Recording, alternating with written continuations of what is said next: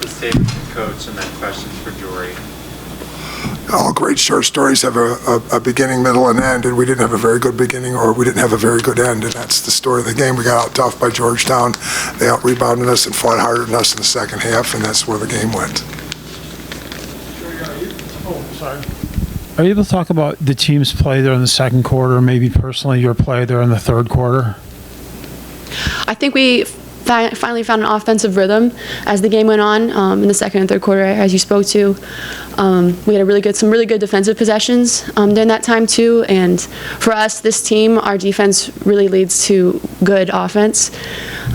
Me personally, I was just kind of taking what was given to me. My teammates gave me the ball in positions where I was able to do something with it, and then they knocked down shots when I found them. But like Coach said, yeah, we just let it give away from us. And one more for you. Are you able to talk about your thought process there when your jumper fell short there with 3.8 seconds left? And we're trying to drive or pull up short for the jumper, or what was the game plan there? I just kind of put my head down, was trying to get to the rim, and help defense came over, so I floated it up and just left it short. Name of the game. Thanks, Jorie. Thank you all.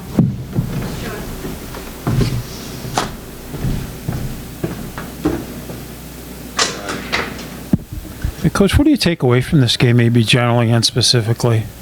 You take away the fact that the game of basketball is very simple. It's always been simple, and there's three functions of the game. You got to make shots when you have opportunities to make shots. You got to keep the opponent from making shots, and the result of every shot is it's going to either go in or miss. And when it misses, you got to rebound the basketball.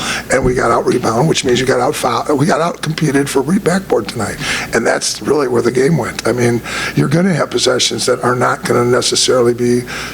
You're not going to score every trip down the floor. You have to one and out people, and then the second half, they dominated their offensive glass, and we never, you try to put the two big ones in there, and then you lose offensive rhythm, and then you put the, I don't want to mention anybody's name. Sorry, you guys watch the game. You have to one and out people. You make people miss shots. You got to get a defensive rebound. I mean, there was one right at the most clutch point in time of the game where a player misses a shot from the right baseline, and the player that made her miss the shot just let her walk right around her and get a rebound and put it back in the basket. It's never down to one possession. There's 100 possessions of offense, 100 possessions of defense, give or take 15 or 20 depending on your tempo and the game, but still, you got to guard people, you got to rebound the basketball. We didn't. They did. They win. It looked to me like the team is maybe a little bit tired there at the end. Would that be correct or not? I don't know. Maybe they were tired at the end of the game. I mean, I don't have a lot of, there's not a lot of places that I feel like we could have gone to untire them. All right. I mean, we played with the two bigs a lot, and we got some production out of it, but you also didn't get some production out of it. I mean, it's not football. I don't get to stop every play and put a defensive player in for one possession and an offensive player for the next. I don't get to do that. So if there was a place I felt like we could have gone to untire them, I would have. All right, there wasn't. So this is the Big East now. We're going to have, 18 more of these, what do we got? 18 of them. We got 16 of these left.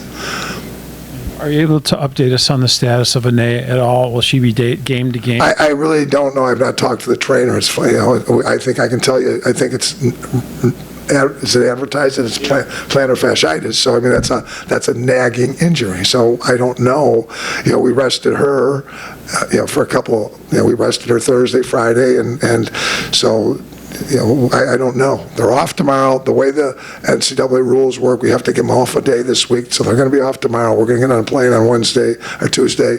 We're going to leave. We're going to go to Providence. We're going to have about an hour and a half on the floor. It's an 11 o'clock kids game, 10 o'clock on our biological clocks. Get up, play the game, and then get back to Chicago and go to St. Vincent's for Joey.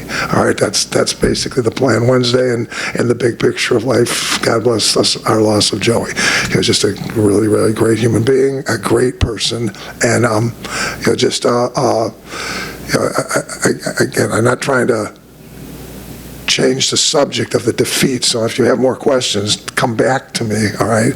But I can't sit here and not talk about Coach Meyer and Joey and all that he did as a player here. He was a really special player.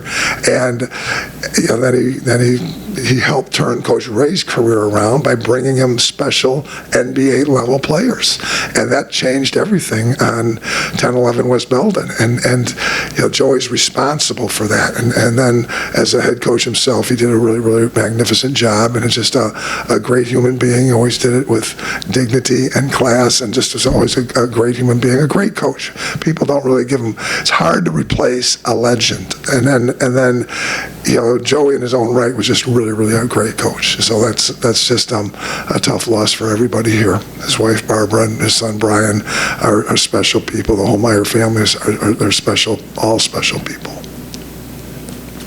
And again, I didn't bring that up to try to dodge questions here. So if you have basketball questions, I'll get back to them. I just was telling you what's going to happen next. And we have a wake and a funeral on Wednesday and Thursday, and then so we just have some things to do, but we still have to get a team better also. We got Creighton coming in here next Saturday, and we've got a very Providence just beat Seton Hall yesterday or whatever it was at Providence. So none of these games are going to be easy. It's going to be a real hard, tough battle for everybody in the league. Okay, I think I'm done. Thank you. Thank you. No questions? Okay, thanks everybody.